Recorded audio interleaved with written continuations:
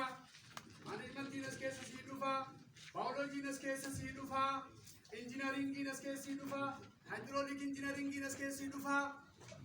Sii galaan bakkeen ammoo doormiin agartee asii achi tayaa.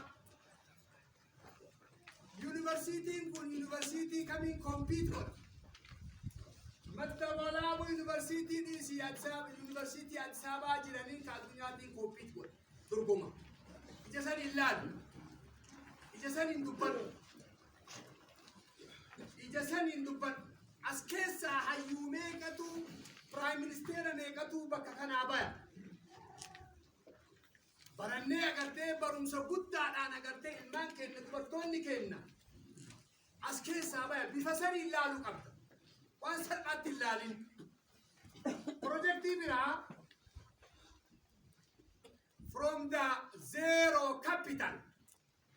Zero capital irraa ka'ee irratti haasawamee wiixinamee idea generate godhanii, idea scanning godhanii, idea developing godhanii akkanatti guddisanii lafaa fidan. Kuni amma doktora keenya rabbi umurii isaa haa kaa'u.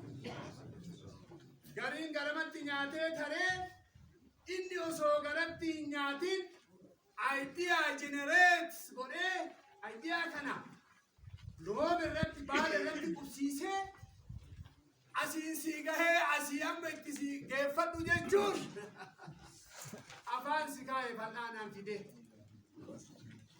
Kanaaf amma dubbiin dheeressu projektii kanarratti koree uf danda'e koree gamaa gamana miti jedhuu miti koree biizii ta'ee waan garaa garaatiin qabamu kaboru irratti argamee waan kana oofuu hin dandeenyee miti. Koree komitmentii qabu. Koree ammarraa ka'ee kompiitara ofiitti galfatee namoota agartee addunyaa kana garam irraa garam deemuu qabna jedhee fundraising fundii akkamitti agartee bu'uureessina jedhee analysis qoratee hayyoota illee itti dabalaa koree kana keessatti hayyoota ijoollee hedduu qabna.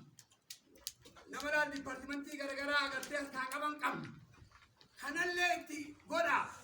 Sheekota waa sochoosuu dandeettullee itti godha. Sheekota agartee addunyaa alaa irra deemteellee nu gaafattu itti godha.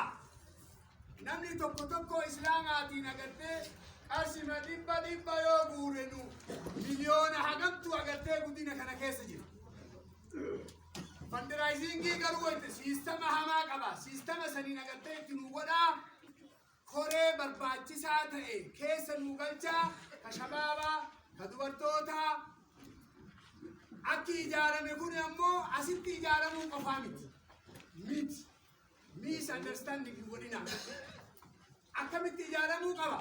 Koreen asirraa ijaarame kun akka gubbaatti ta'ee aanonni kenna jumlaan koree majlisaatiin وعلى رأسهم كوري مجلسة جلتي واني كوني قالي ديما مقابا كوري أمو تفلتن ومو البيتني فكروا معني بغيبا لا ندلقوا فوق إنو تو كوميتمنتي لبو في كنة يرول لي كنة في نما فريتين نما وان كان أغرتي ونتقابو أكاسيت كوري تنو إجارة كوري كعلالي كبيا كيسالي هرمان نادو برتوتا أموني سن كيسة تنرب مالي فتا إسنا نوروني ودهي كنوام تر مالي في يامي ميت برتينا غنا مالي فيوتا دو برتي أغرتي دكتورو دهتو كمنا مالي في ياسنا إمي كونين إما أغرتي لبوتي إمي كونين إما لبون جراجو في جراجو أبوتي